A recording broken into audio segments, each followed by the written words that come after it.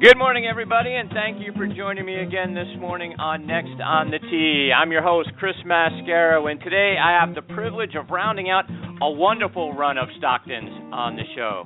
A couple of weeks ago, you remember I talked to Christina Stockton, who's no relation to Dave or Dave Jr., though she is one of their students, so we had her. Last week, I had the incredible honor of talking with Dave Stockton Sr., and today I have the privilege of talking to Dave Stockton Jr. He's going to be my guest this morning.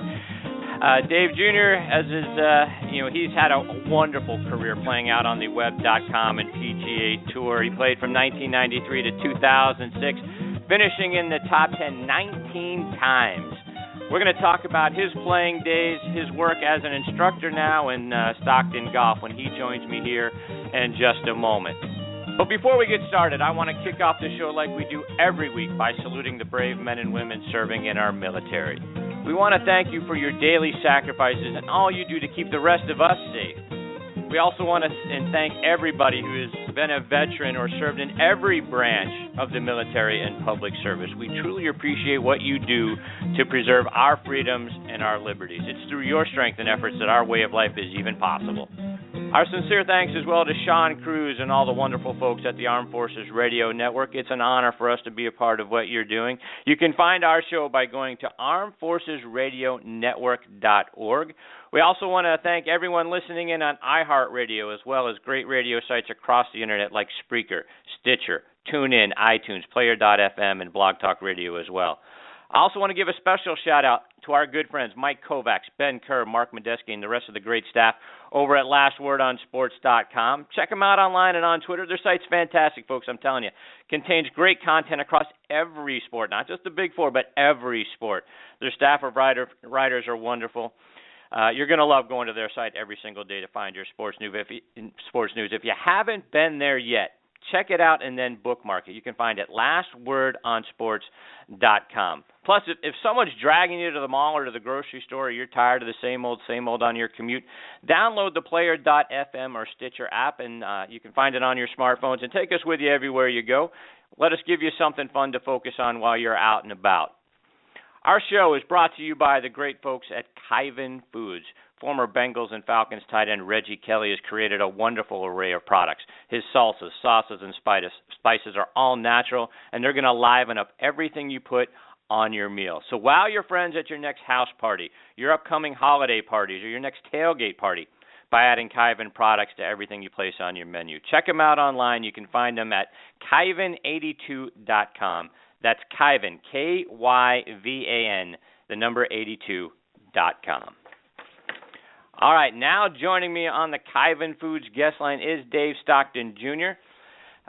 Dave is from Redlands, California. Like his father and grandfather before him, he was an All-American golfer at the University of Southern California.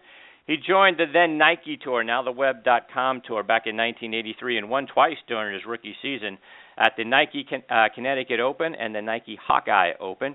He went through Q School in 1994 and earned his tour card, finishing 96th on the PGA Tour money list that season, finishing third twice and totaled 3 top 10 finishes that season.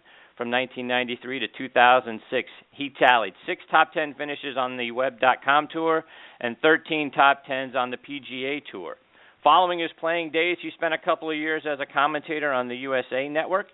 He's a fantastic instructor now, and when he's not doing that, he's duck hunting with his father and his son, and I'm privileged to have him next on the tee with me this morning. Good morning, Dave. Thanks for joining me. Morning, Chris. Yeah, glad to be on. Thanks for having me. So no duck hunting today? No, actually, I've got my daughter's got her end of the season volleyball banquet, so I'm helping my wife set that up, and I'm going to take my son to the course after we're finished this morning, and then watch some college football, and then we're going to drive down tomorrow night. Jake and I are my 13-year-old, and we're going to hunt tomorrow morning. Tomorrow morning. For you. Good for him. So yeah. So Dave, I read you make a mean duck taco. Now, you're going to have to help me out with that one because, I've got some great relationships with some wonderful cooks thanks to our Thursday night tailgate show. But duck tacos, how do you prepare duck tacos? Well, the duck tacos, and my favorite, what I love to do, I've gotten lazy where I just take them to my my favorite Mexican restaurant here in Palm Desert is Fresh Agave. I take the ducks to them, and they make duck fajitas. And with the fajita seasoning, wow.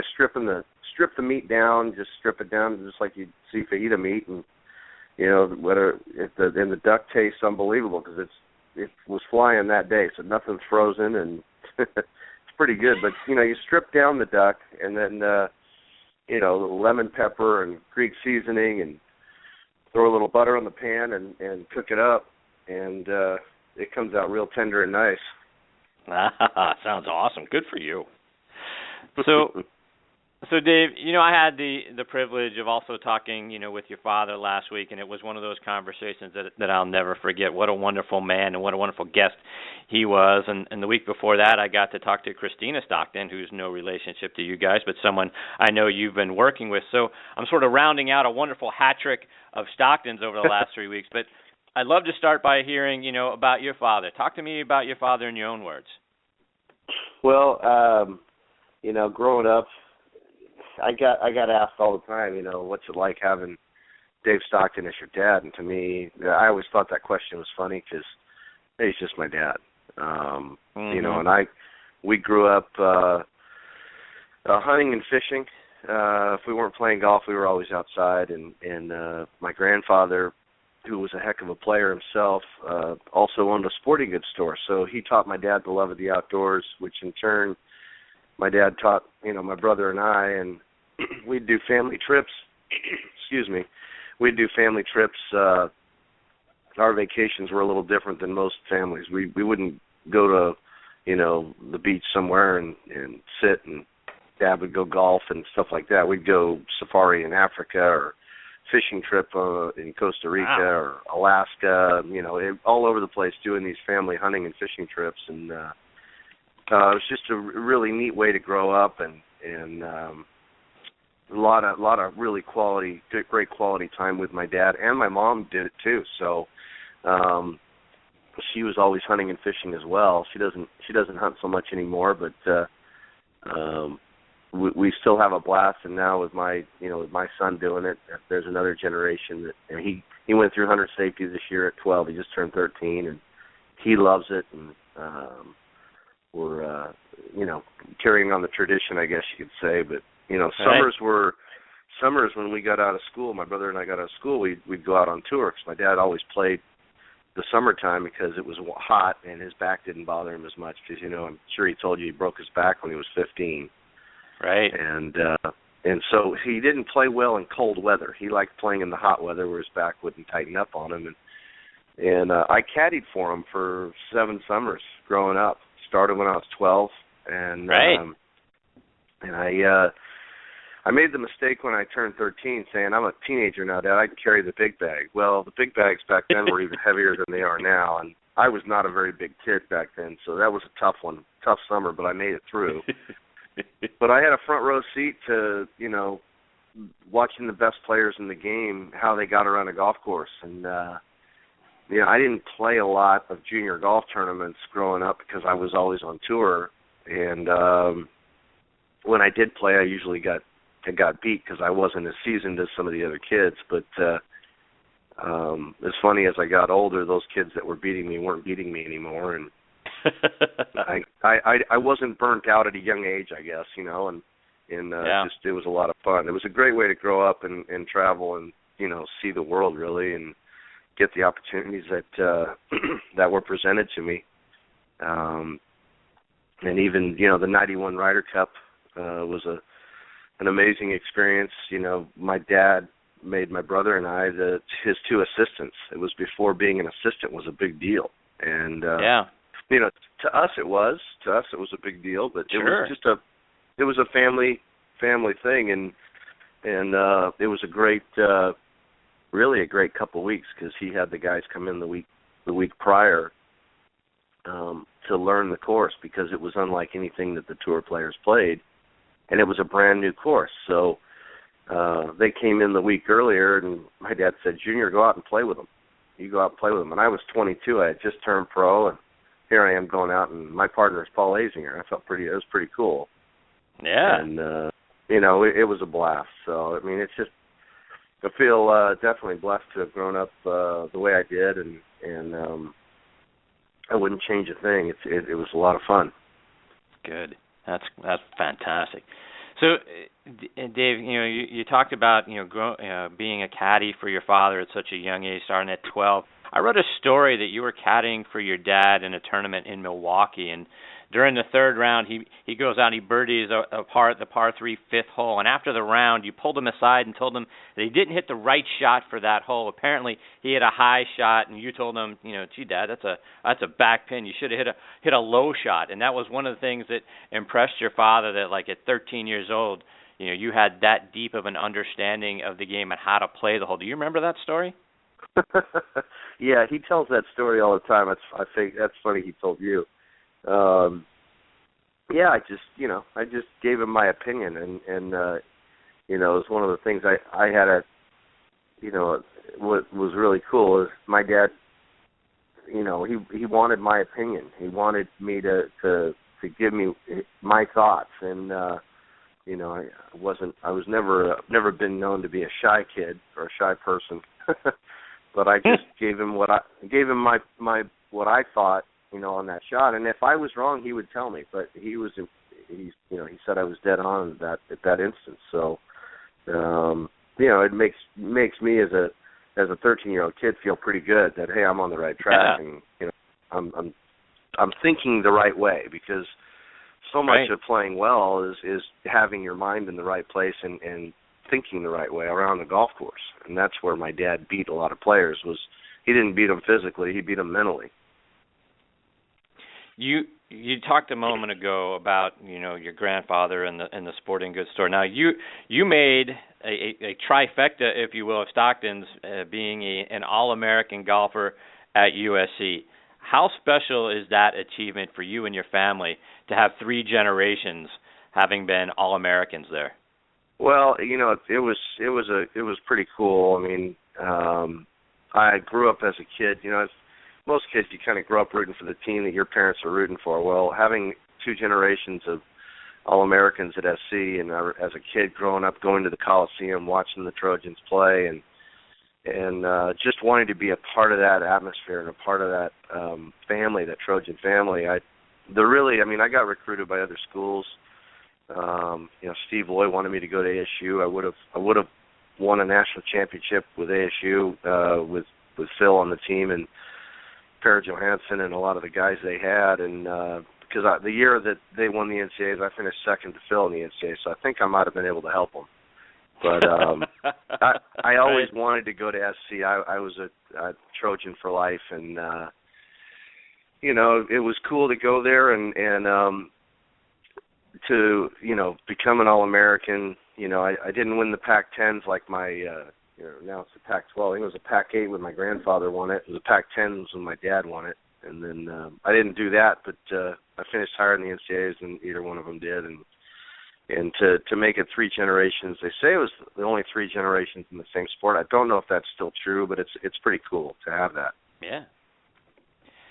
Dave, when I was kind of going through some of the things during your playing days, one of the things that struck me is you had the 36-hole league at the Legg Mason Classic back in July of 1999. In the second round, you carded 8 birdies, shot 65. But in the article I was reading, it talked about that you mentioned struggling that year in part due to changing clubs. Talk about the impact that changing clubs can have, because I think we've seen other golfers struggle when they've made a switch. Yeah, I actually don't even. I'm trying to remember that tournament. I don't remember it. It's not good when you're 46. I think there was a combination. This was 99. Yeah. So a combination of changing clubs to a different set of Callaways. I was with Callaway then, and I think that and the bigger issue that I look back on now, and I know that that's the case, was my daughter in '98 being born 3 months premature, and we lost her identical twin. So we had a really difficult time in '98, and what I look back on now and realize is that I lost the heart to play, really the drive and mentally just didn't really care to be out there. I wanted to be home with my wife and young baby girl, and sure, I think it was. I would say that the clubs were difficult. Yeah, anytime you make a switch, you don't. The thing I tell people is don't make a switch because you're getting paid a lot of money to play the clubs, because you'll make a lot more on the course than you will with your endorsement deals. Right. So play the clubs that you're happiest with is the biggest thing. But the biggest thing for me was not the club switch. It was more where I was mentally because of what we'd gone through in '98. Right, got it. Okay. When you get uptight or feel pressure over a putt, I read that your father would tell you there are 1 billion people in China who could care less if you make that putt. Did that help you? And is that something that you put on to your students to sort of, when you see somebody getting uptight, sort of helps them exhale a little bit? Well, yeah. I mean, I would never get uptight over a putt because I knew I wasn't going to lose my ball, and I knew where the ball was going to go, and it was going to go in. But I would, if I got too trying to be too perfect when I was playing, I'd come back to the ball after my last look, and I'd look at it just a little too long, and then I'd roll it, and that's when my dad would throw out the 1 billion Chinese to care less whether or not you make it or not, and just make me laugh, and I knew exactly what he meant. Yeah. Yeah, that's. I mean, there's. You can see people that have tension over a putt, and if they're frozen staring at that ball, they've got no chance. And it's funny how people take less look. They don't take the time to enjoy the look to the hole.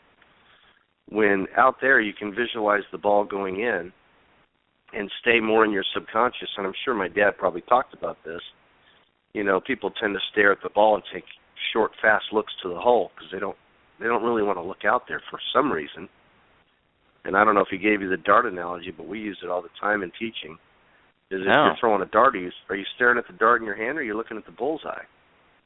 Right. And you're looking at the bullseye. And most people putt. They don't stare out. They don't look out at the hole very long. And one of the things I tell people all the time is enjoy the look to the hole as you set your feet.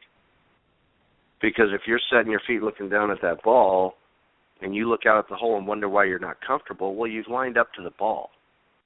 And that makes as much sense as throwing a dart while you're staring at the dart instead of looking at the dart board and seeing the bullseye. That's a heck of an analogy. That's great. I'm going to use that one.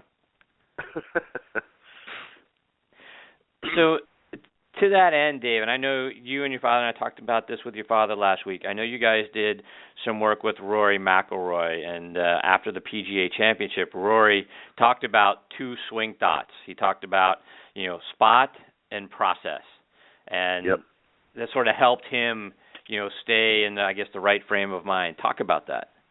Yeah, it was after he won the British Open, and okay. We were on a family trip in Vancouver, actually on Vancouver Island, and we got to watch the final round, basically all of it. And my dad and I were sitting there, and when he got interviewed and said process and spot, we high-fived it because we were so excited for him, and we realized, he's got it. We already knew it before then, but when he said that to the guy, first of all, he's not afraid to give that was his 2 words. Those were his key words for the week, process and spot. Most players aren't going to give up what they're doing that gives them success. Right. Rory's perfectly fine with saying, yeah, my 2 words are process and spot. Process is the routine. That's his word for his routine, and we're big on the routine that you have. Anybody uses it's a routine that you want to repeat every single time. You don't want your routine breaking down. And the problem is most people's routines break down under pressure, and they get faster or slower, they take extra looks, whatever it might be. And his is the same every single time. Doesn't matter how long the putt is, doesn't matter the shot, it's always the same. And then the spot is just looking at an imaginary spot an inch in front of the ball and rolling it over that inch. It's not an alignment thing. It's an area an inch in front that you don't have to try to roll it over it. The ball is going to roll it over that spot every single time. And what it does is instead of feeling the pressure of trying to make that 5 or 6 footer or 10 footer, whatever it is, 3-footer, 4-footer, where as soon as you make contact, everything's moving except what should be. And you're looking up and you're seeing if you're online and you wonder why you missed. If you see it roll over that spot an inch in front, a couple of things wonderful have happened. One, the putter's gone through, and your head hasn't come up to watch to see if you've made it. You see it roll over that spot. If you see it roll that inch, then you can go ahead and look, and the ball's on its way to going in. Right. And what it does, it takes away the trying.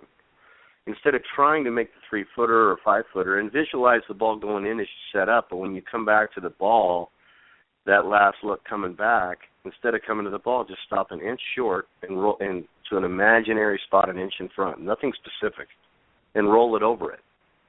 And that's what he's doing. And I talked to him at Firestone after the British Open, after he'd won, and I said, I tell you what, Dad and I loved it when you said process and spot. And I said, it really is working, isn't it? And he said, Junior, it's so easy. He said, when I felt a pressure putt or something where I felt pressure on a putt, I just rolled it over the spot.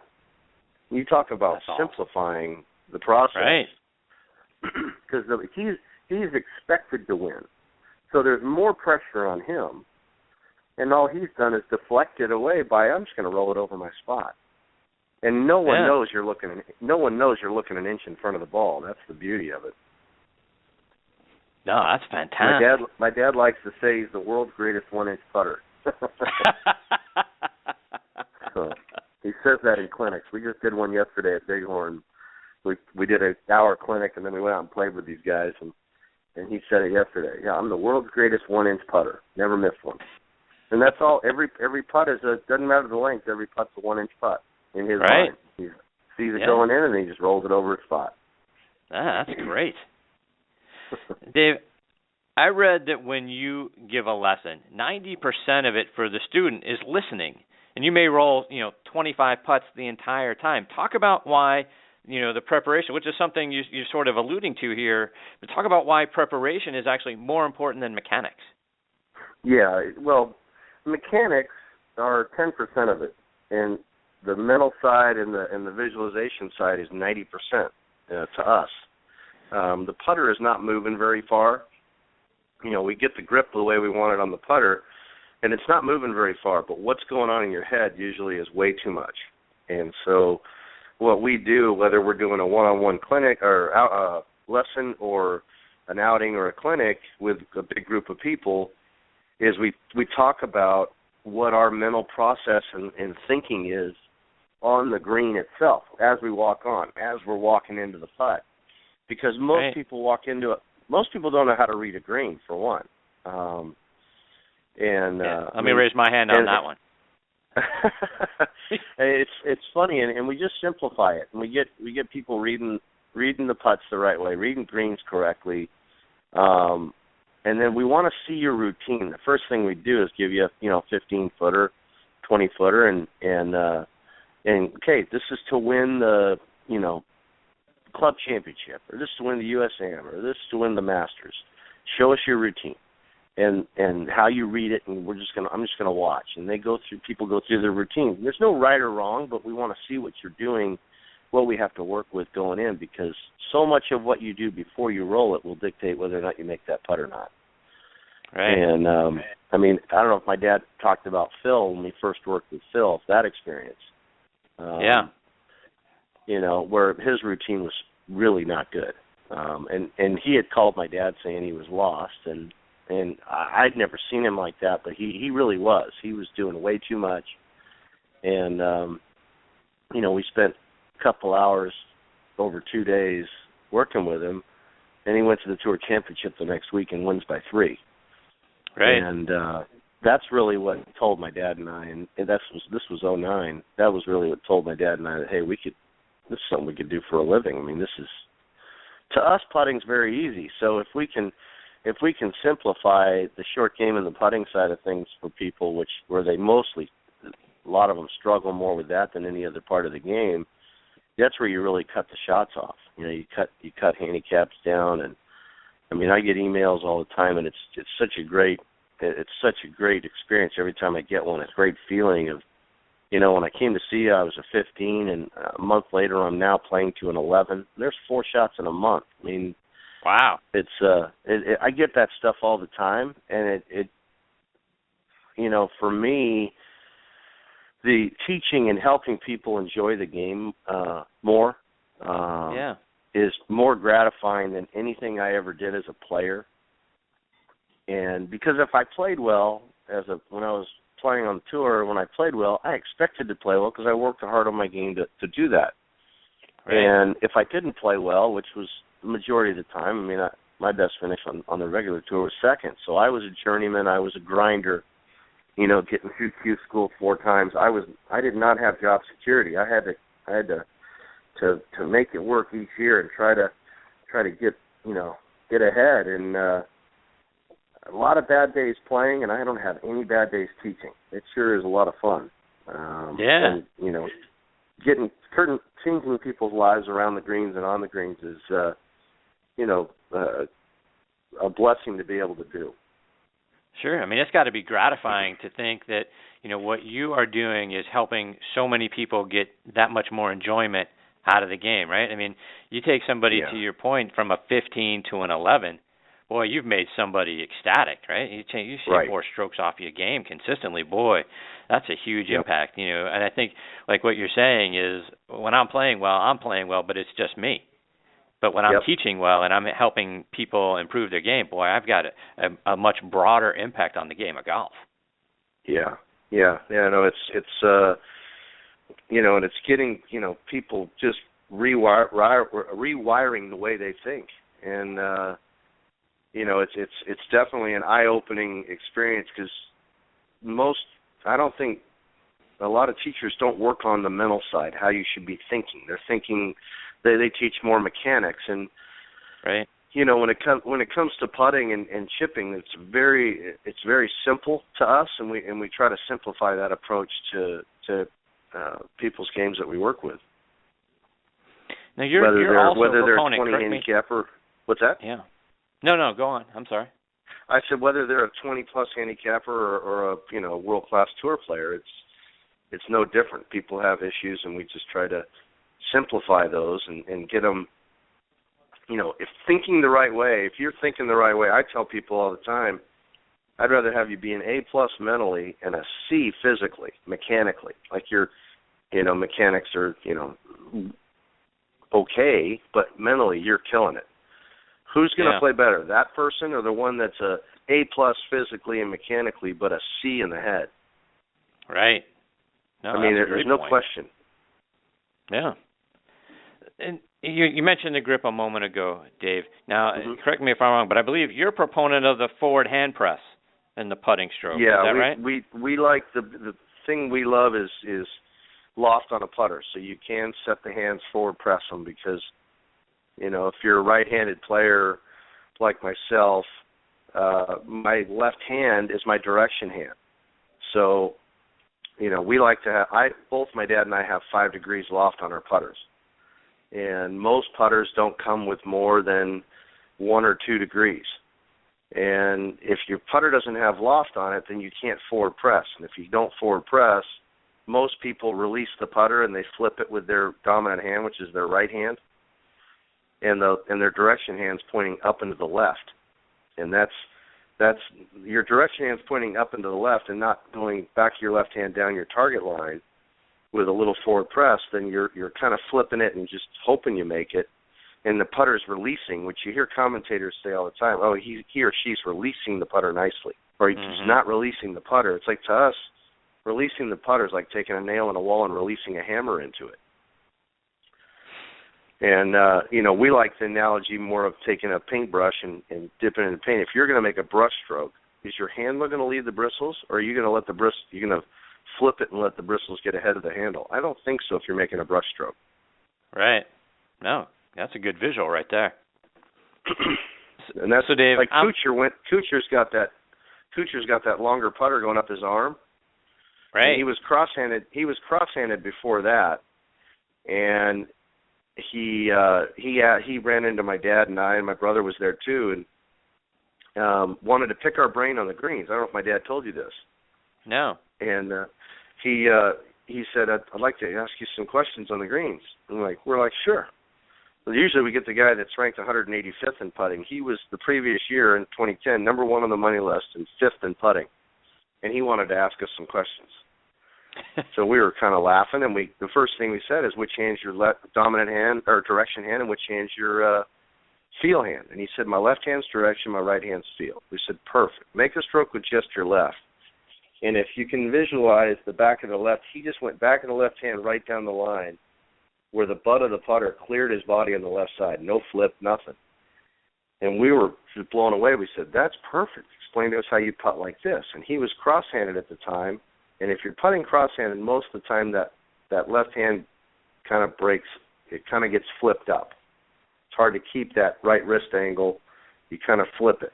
And he could see the light bulb go on in his head, realizing that his direction hand's pointing up and to the left. And a week or two later at the Northern Trust in L.A. at Riv, he said, Junior, what do you think of this? And he had this putter going up his arm with about 7 or 8 degrees loft, and now the back of his left hand just brushes right down his line. And he's done it ever since.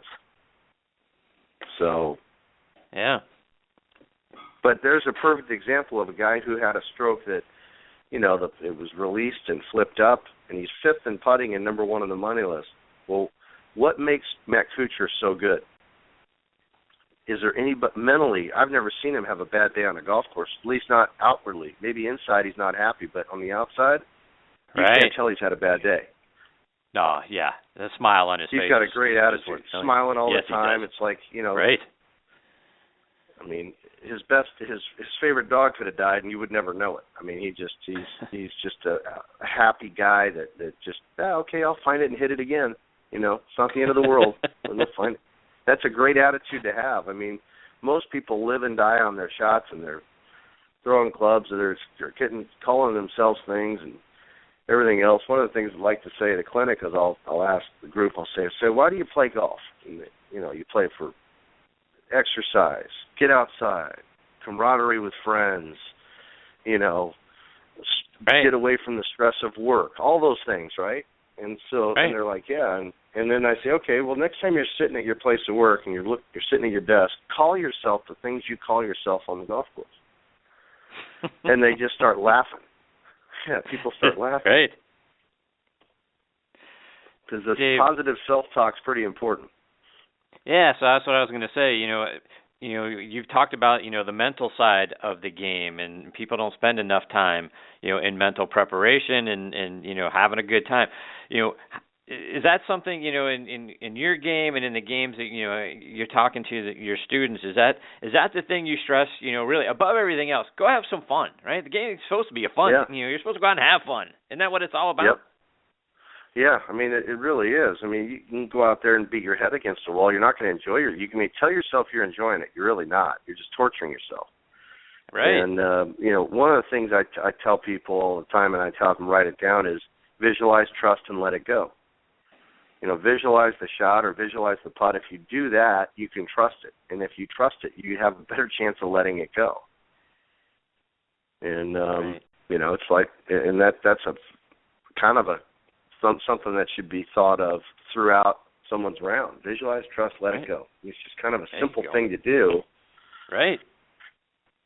Because I still fall into the trap of, I'll have a shot and I'll be over a shot and I'm not fully committed to the club I'm going to hit, but I go ahead and hit it anyway. And it never works out the way you want it to work out. Right. No. And then you always with you. Yeah.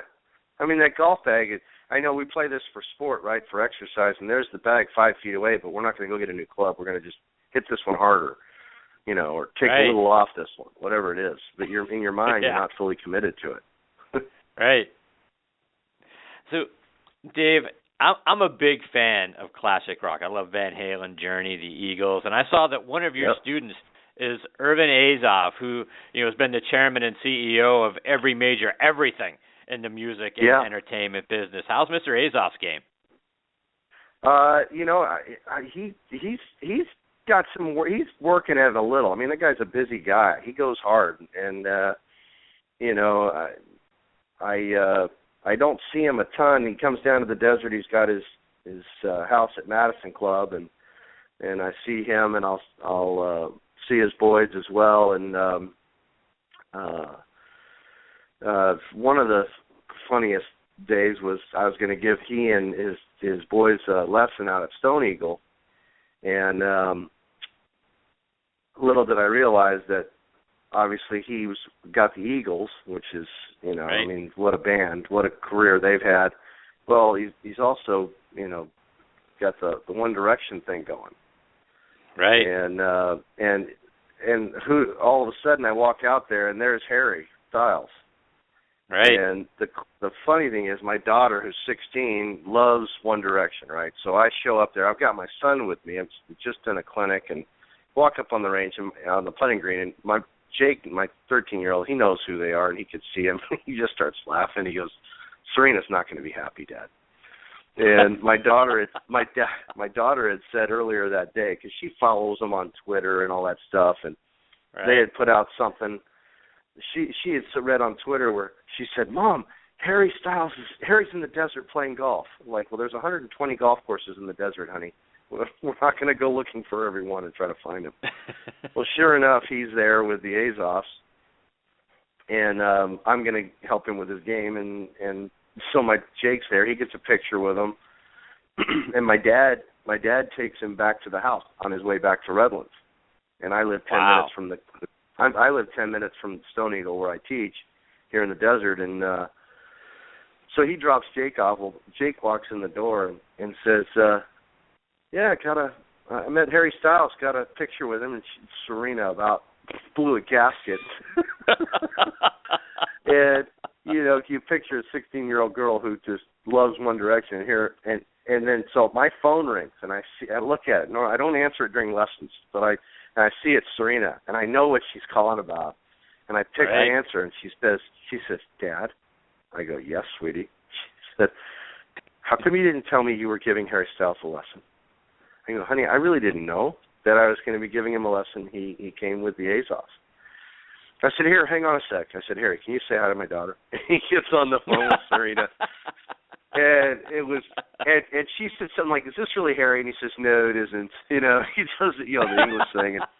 And she gets back on. He's like, "Nice to meet you." And she gets back on with me. And she's like, "I want to come out and meet him." I'm like, "I don't know how long we're going to be here, honey."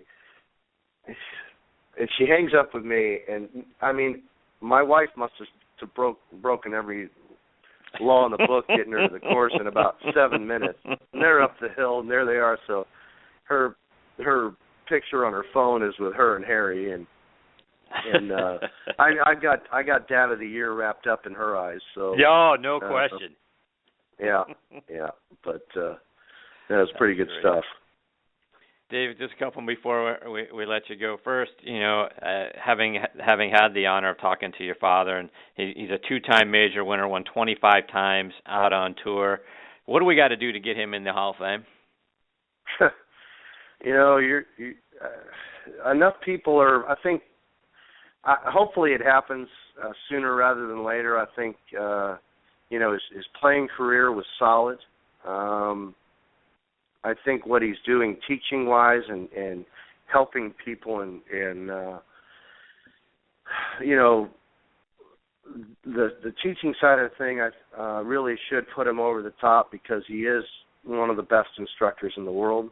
And, you know, I think transitioning from a player and having the career that he had and the Ryder Cup record that he had and winning the major championships, and now being seen as the best short game and putting teacher in the world. I mean, hopefully it happens soon. I mean, obviously I'm biased. I think it should have happened yesterday, but right.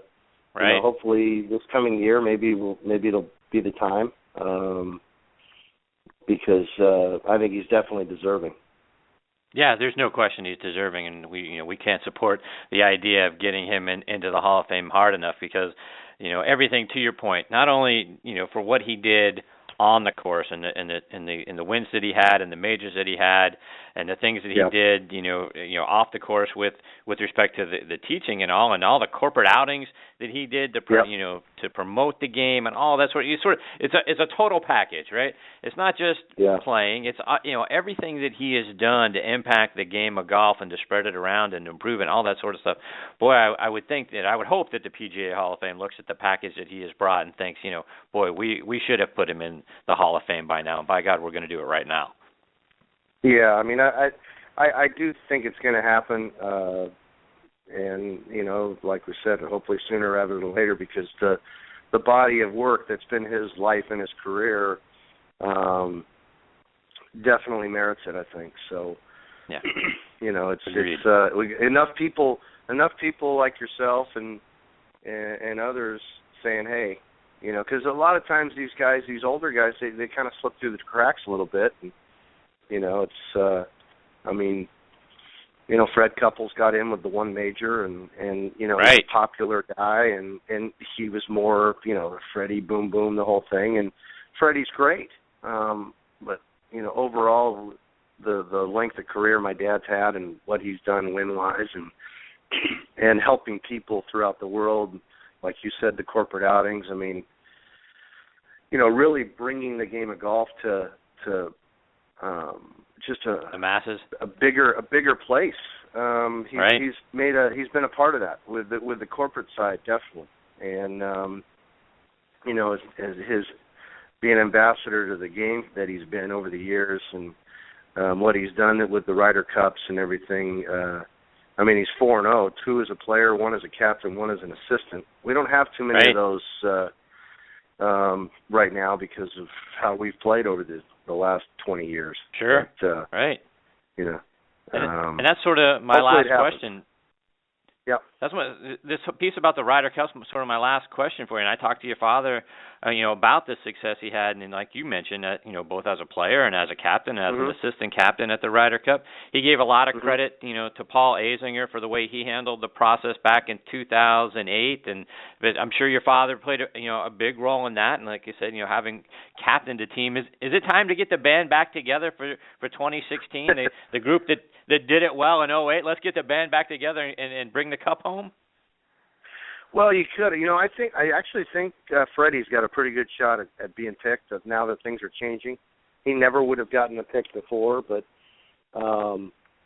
it needs to be more fun because there's so much pressure. I mean, it is, and what Zinger did in 2008 was just priceless. I mean, that was over from the opening ceremony. It wasn't even going to be close, and only the U.S. team knew it. I mean, no one else knew it outside.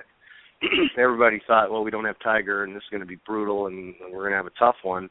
And it was a thumping, and it was because they played together as a team, and Zinger gave them the best opportunity to succeed.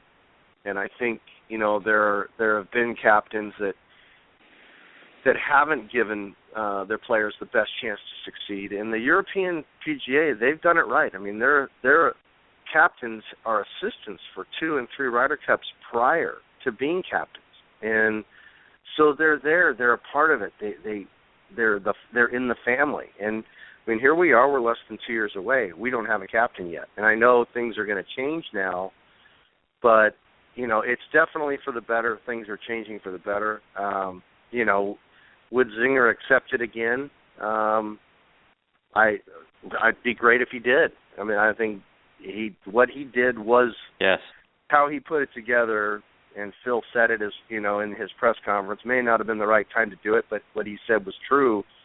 Why change something that worked and worked perfectly? I mean, it really did. And I understand captains want to put their own body of work together and do it their way, and you have egos that you deal with and everything else, but he got the guys to play the best they could play, and that 2008 Ryder Cup was fun. I brought my wife there, and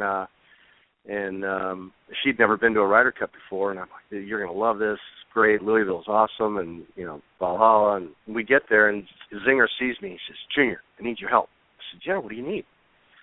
He said, can you drive Raymond around this week? I said, sure. So I said goodbye to my wife, and I drove Raymond Floyd around for the next 4 days. So I call myself, I was an assistant to the assistant. So I was a good cart driver. I didn't have any wrecks. It was great. Nice job out of you. Yeah.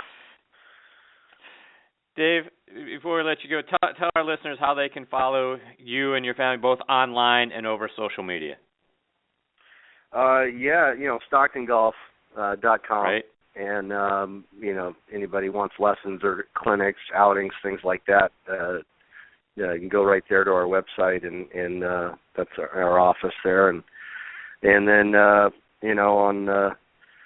on Twitter, I'm just, what am I at? DSJR1 is my Twitter. So, and I opinions on all things. Try not to offend anybody, or be politically correct. That's a heck of a picture of you on Twitter. What fish is that you're holding up? That's a king salmon Nice. from British Columbia. Yeah, that's awesome. My dad and I do that trip every July. We go up there and with some buddies of ours from Vancouver, and got into that one from I was down in Cabo after commentating and before teaching. I was doing some real estate stuff down there, and I met this guy from Vancouver, and he wanted to go out with his brother and catch a marlin. They'd never caught a marlin before, and they tried many times. And I'm laughing. I said, "It's September. End of September. It's hotter than Hades down in Cabo, but the striped marlin are everywhere. I mean, you could practically put a net out and catch one." And I tell him, wow. I said, "I guarantee you we'll catch a marlin today." He says, "How can you guarantee it?" I said, "I know where the fish are." And he kind of looked at me and laughed. And I said, "Okay, we'll find out." We caught 7 marlin that day. Wow. He's now nice. put that as a fish he no longer wants to catch because he got beat up so bad trying to reel him in. I bet. They wore him out. So anytime he hears a reel like that, he kind of has a flashback to that day. That's fantastic. Dave, thank you so much for taking time out of your morning to be here. You're fantastic. I hope you'll come back and do it again. It's been an incredible privilege to have your father and you in back-to-back weeks. You guys are both great. Thanks, Chris, for having me, and anytime, love to be on again.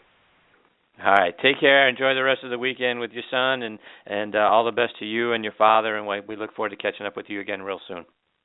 Really appreciate it. Have a great weekend. All right. You too. Thanks, Dave. All right. Bye. Great stuff with Dave Stockton Jr. What an incredible honor it has been for me to be able to talk to both he and his father in back-to-back weeks. Great stories, great stuff. All right, folks, before we close up shop, I want to let you know about a great new book that's out there. You've heard me talk about it over the last several weeks. It's called The Golden 18, written by Roger Schiffman, and the photography is by one of our friends and one of the great photographers anywhere on the planet, Jim Mandeville. Jim, I'm sure you know, is the director of photography at the Nicklaus Companies. The book showcases some of Mr. Nicklaus's greatest course designs. The stories about the courses are wonderful, and the photography is absolutely outstanding. In fact, I'm telling you, it's so good, you're going to want a second copy of the book just so you can take some of the pictures out and frame them. To get your copy, go to nicklaus.com and hover over the Products and Partners tab, and then click on Books and Videos. If you love the game of golf and just stunning photography in general, you're going to love this book. All right, everybody, it's time to put a bow on this one. Once again, my sincere thanks to Dave Stockton Jr. for being such a wonderful guest with me this morning. And I can't thank you enough for tuning in. We appreciate you guys the very most. Please check out our sister show as well, Thursday Night Tailgate, with me and my co-host Bob Lazari and our announcer Joe LaGenusa. That show airs live every Thursday night from 8 to 10 p.m. Eastern Time over on Blog Talk Radio, and you can hear it Friday nights from 8 to 10 p.m. Eastern Time on Boost Radio and on the Armed Forces Radio Network. We're joined every week by legends from around the NFL and the CFL. So please check out both shows there. On Facebook, you can find Thursday Night Tailgate and Next on the Tee. Give us a like. That's important to us, too. And if you see that we've got a guest upcoming that you want us to get a question on the air for you, we'll be glad to do it. Just let us know on either site. You can find us online, nextonthetee.net and ThursdayNightTailgate.com. You can stream or download any of our archived episodes for free and keep up to date with who our future guests are going to be on both sites. I thank you again for choosing to listen to this show this morning. Have a wonderful rest of the week. Until next week, hit 'em straight, my friends.